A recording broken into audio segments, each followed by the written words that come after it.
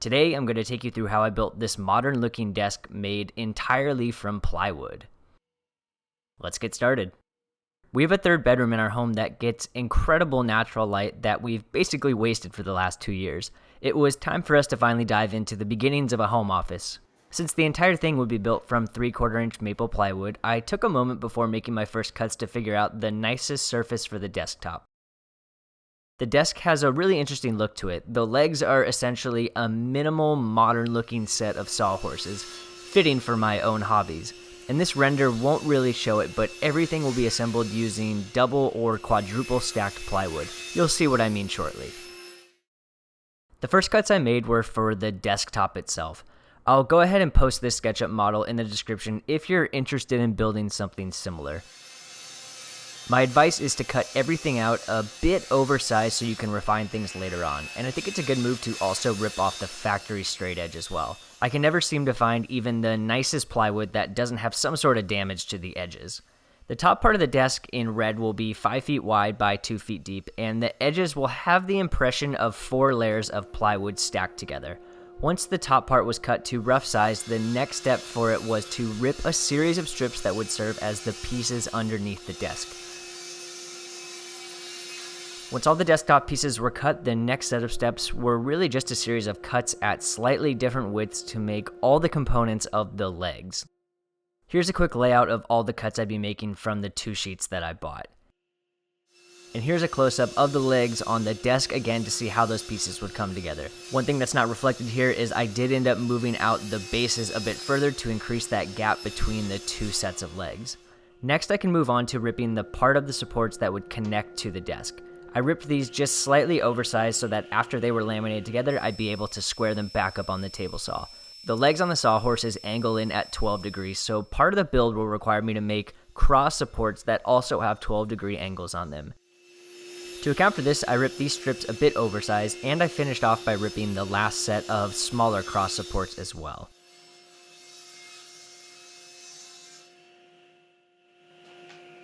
Once all my pieces were broken down, I could begin the first stages of assembly. I started by laminating the 3-inch wide pieces together, first using some glue and 1-inch brad nails. The brad nails would allow me to tack things in place temporarily and move on to the next steps more quickly. Just make sure to push down pretty hard with your brad nailer to clamp things together. I used a square scrap piece to line things up as best I could. The plywood layers were going to look really cool in the finished product. Next, I began gluing up the pieces that would later get a 12-degree angle on both sides, and I chose not to use brad nails for this and instead just a bunch of these little squeeze grip clamps. I was afraid I might put a nail in somewhere and hit it on my table saw blade with it later. And for the first time ever, I actually ran out of these squeeze clamps. For the remaining pieces that would just need a bit of fleshing up, I once again used brad nails, pushing down hard with each nail to try to make the tightest glue-ups. While the glue-ups cured, I went back to the table saw to begin the process of squaring up the laminations, starting with the 3-inch wide pieces, followed by the remainder of pieces once they were out of their clamps. Now, I know this might look a little sketchy, but I was barely removing any material on these, and I know the limitations of my table saw pretty well at this point. If you feel better about using a push stick for a cut like this, by all means do. I am not a professional, and you shouldn't take my advice when it comes to your own safety. The next day, the first step was to begin building the desktop portion of the overall desk. The front has a 4-piece high stacked plywood look, so I went through my strips and picked out the best looking ones for this, basically the ones that were free of any knots or defects. And then I began cutting them to size on the miter saw, first establishing a straight edge by gang cutting them, and then laid them on my upside down desktop and using a speed square to mark the final length. Then I trimmed over at the miter saw again. And I'd say one of the more challenging things about this project was just being careful not to ding up any of the material or scratch the surfaces that would later be exposed. Plywood is great, but it can be actually pretty fragile with the really thin veneers. Now, I wanted the corners of the stacks of the desktop to have mitered joints, so I began cutting the 45-degree angles on the miter saw again. And you'd see me use it now throughout this build, but I also made this little jig to create a zero clearance insert on the miter saw. This again just helped prevent any tear out on the backside of the pieces. With the remaining strips I had, I then cut those to rough length and then cut out the matching 45-degree angles.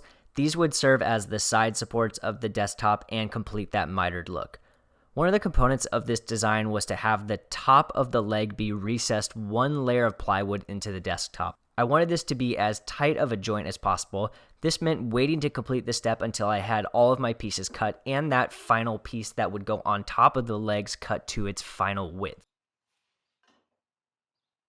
So using a mix of my speed square and the final cut to width top of the legs, I carefully marked out and measured the portion of what would be the bottom piece of the desk where I would need to cut out this recess.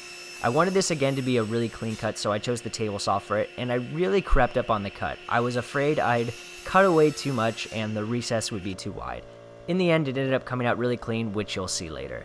Now that everything was cut, I could begin assembling the desktop. I started with the side portions where I used glue for the long-term strength and brad nails in the center to hold things together temporarily. And even though I planned to do one final pass at the table saw to perfectly flush up the sides, I was really precise in trying to line up all my pieces. And sometimes I question how powerful my table saw actually is. It binds up sometimes and it can't really handle thicker pieces, but when you're just doing a pass-through cut like this to flush up the sides, even with an old blade, it really leaves a clean cut to it. I dug it. Now here's where my memory card ran out, but this next step involved gluing the pieces I just showed to the underside of the desk. This was done with just glue and clamps. Speaking of, I then began assembly of the front. Since this needed to be assembled on the desk, I again used glue and brad nails to hold things in place. Once I got the final layer that would include the top of the leg, I would assemble pieces one at a time, starting with the corner.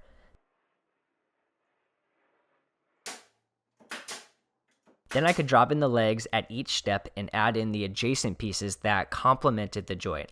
Now I don't probably show it enough, but I did spend a lot of time in between steps just measuring and checking and double checking that everything was the proper length and width. Otherwise that really clean plywood look at the front of the desk just wouldn't come through. The next step in the process involved cutting all of the 12-degree angles on my leg pieces. Now I purposely left this step to when I could do all of this at once so I knew that every angle I cut would have the exact same 12-degree angle. Each piece has their own direction. The legs themselves needed to have two angles that made a rhombus shape so the top and bottom could sit parallel to each other. This was easiest to do using a scrap piece on the miter gauge and a stop along the fence to measure that repeatable exact length I needed, but also not bind the piece between the blade and the fence. The bottom support had opposite angles, so similar approach as before, except I had to make sure I oriented the piece correctly ahead of the second cut. Also, I had to be careful to face the plywood in the same direction each time. My plan was to have plywood facing the same way for each set of pieces. Okay, so everything was now finally cut to size, and I could begin assembly of the legs. I cut out a few pieces of scrap wood to help me line up the feet on the legs and make sure the horizontal support was actually parallel to the ground.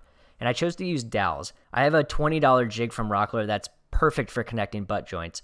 So I set up the jig for the size of the dowels I wanted and got to work. By marking out lines across the two pieces that you're looking to connect, you can clamp down the jig on each piece and drill out the hole for the dowel.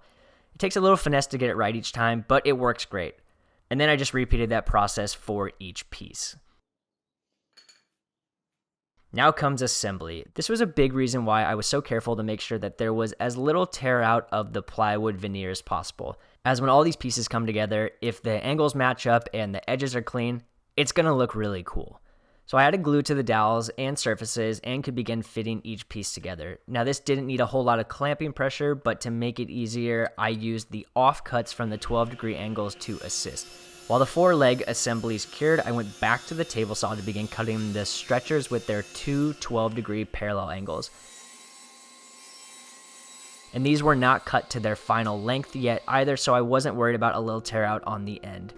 Before final assembly, I wanted to add 3 horizontal stretcher supports underneath the desktop that would help support the width of the desktop and prevent bowing in the long term. So I took my final 3 long pieces and cut to their final width of the table saw. I then cut to length over at the miter saw. To attach these to the desktop, since they would be facing backwards and hidden on the underside, I used the pocket hole method. One thing I did do here is adjust the depth at which I could drill holes for these. Off camera, I tested this out, and by using the 3/4 inch stop, this screw actually poked through the other piece of plywood, which obviously I didn't want. So I adjusted the depth and got to work.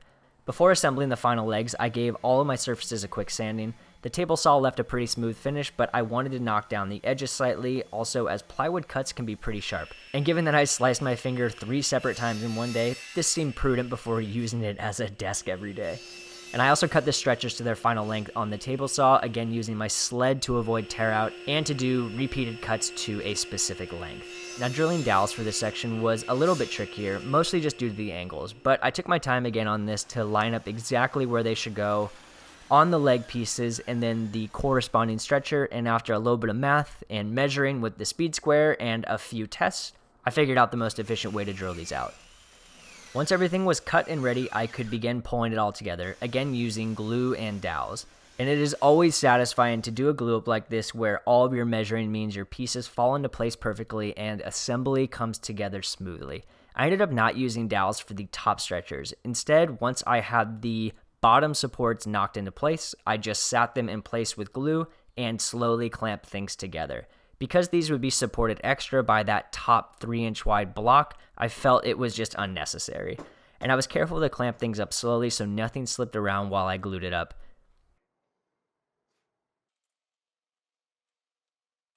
And then I could let both final leg assemblies cure. While it did, I gave the desktop a good sanding. Everything was pretty much flat and smooth already, but it still helped using some 120 grit sandpaper on my random orbital sander.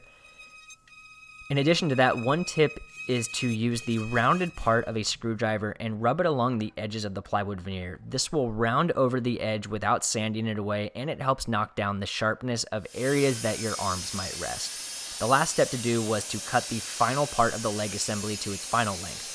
And I did hit a few brad nails while doing this, which is why you see a few sparks in this shot. And here's a better representation of why I didn't use dowels on those top stretchers, since I was always attaching this final leg section, which would increase the surface area of the glued up joints everywhere. It just wasn't necessary. So I dropped this piece into place using just glue and paid particular attention to lining up the front of the legs, as that would be the thing you see immediately when first looking at the desk. I then did one final sanding on the top surface of the desk. The veneer is thin and it was pretty smooth already, but a light sanding at 120 helps smooth it out further.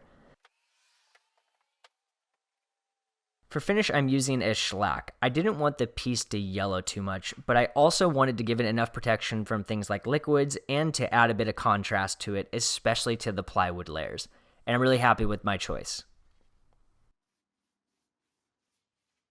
I am thrilled with how this desk came together. It is some of my best work, and although it might look simple overall, this was actually one of the more complicated things I've ever built.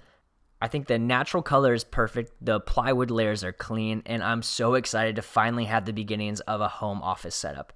I'd love to hear what you think of this project, and if you enjoyed the video, I'd appreciate you subscribing to the channel for future builds. That's going to be it for me on this one. Thanks for watching. Bye.